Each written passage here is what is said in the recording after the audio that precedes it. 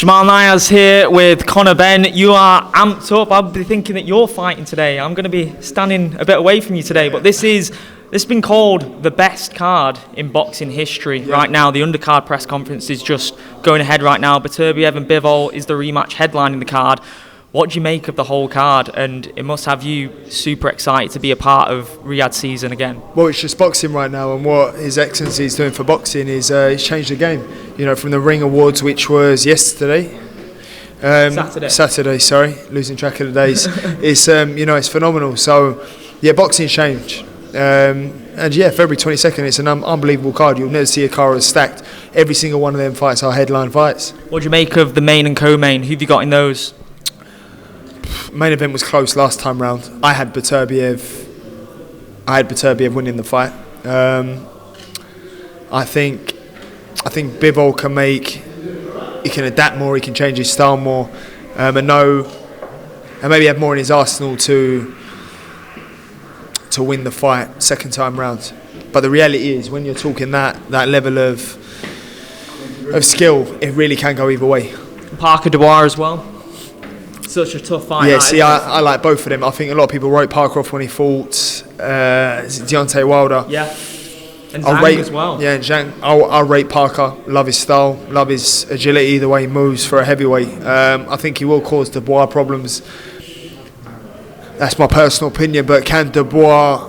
All Dubois' got to do is land one, but can he stay out of the way of the shots for 12 rounds? That's the only question. And the Ring Magazine Awards was always going to be... you don't shy away from any confrontation, and Ryan Garcia, one of the first times we've seen you actually face-to-face. There's been a lot of online talk over the past few years. What do you make of that confrontation face-to-face, and what do you actually make of him as a fighter and a guy as well? As a fighter, I think he's a good fighter. He's got fast hands, he's strong, he's explosive, he's powerful, got great IQ. Apart from that, he's all right. I mean, listen, he is what he is. You ain't got to like everybody in boxing, I don't have to like him. The landscape of boxing a couple of years ago, we'd have probably said that was a really difficult fight to make, with just in terms of the amount of promoters at play. Obviously, the countries at play now, Saudi Arabia's in the situation, Turkey's in the situation. No dream fight seems very distant at all, does it? Do you think that realistically could happen?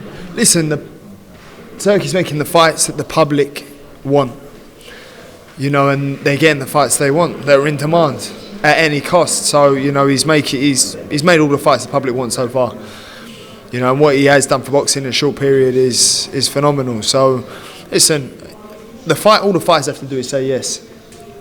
I've said yes to anyone they put in front of me, and that's the reality. It's funny because when my hands were tied, you had the likes of Queen Ryan, Taney, and Gervonta Davis calling my name, and now my hands are free and I'm ready to dish out smoke. Where they're gone. The guy that you've had the biggest rivalry with is no doubt Chris Eubank Jr. Is it frustrating that it's been that long that this hasn't been resolved in terms of you getting in the ring and just settling it? You guys have had plenty of face-offs, you've had many confrontations. Is it frustrating any time that you're in the same building as him, like in the Ring Magazine Awards this past weekend as well? No, I just personally think he's an idiot. And that's all there is to it. I think he's an idiot. Are you numb to being around him now? Are you numb to when he's brought up in conversation? I wouldn't say he's even numb, I'd just say he's an idiot. I don't really anything else to say. He's an idiot. Do you feel he's not even felt anything remotely like the power that you possess? It's frightening. Yeah, I mean, it don't make no difference to me. At the end of the day, he's going to feel it. So whether it's today, whether it's in a year's time, whether it's in 2 years' time, it really don't make no difference to me whether he's felt power like it or speed or youth, or it don't make no difference because he's going to feel it regardless at some stage.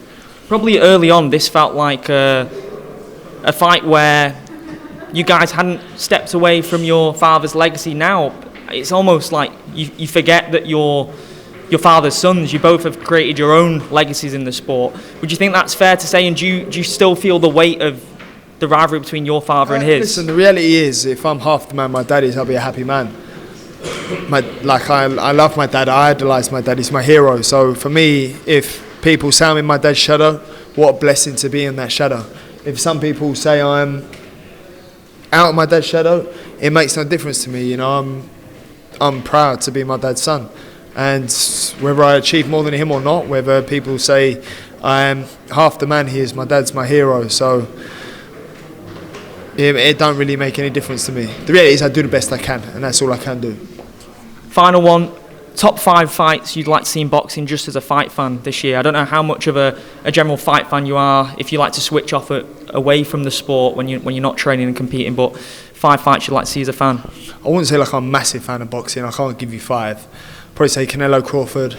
I like that. I'll probably go Beterbiev, Crawford, Beterbiev, Canelo, AJ Fury. It's definitely. Do you think Fury's actually retired, by the way? No, Fury isn't retired. I'm not having it. You think it's a money move? He wouldn't do that to us. It's definitely a strategic move, in my opinion. But listen, who knows? He could wake up one morning and go, you know what, I'm done. That's it.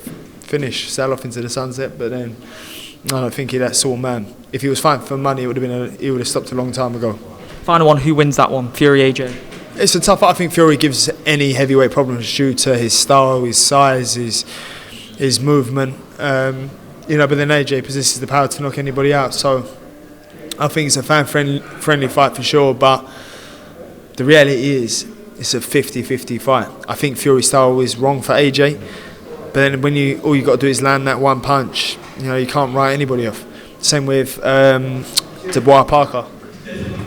I really appreciate the time. It's been a long time coming, back from those early days in 2017. But I appreciate it. You've come so far in the sport. A true box office superstar in the making now. Appreciate it. Thank you.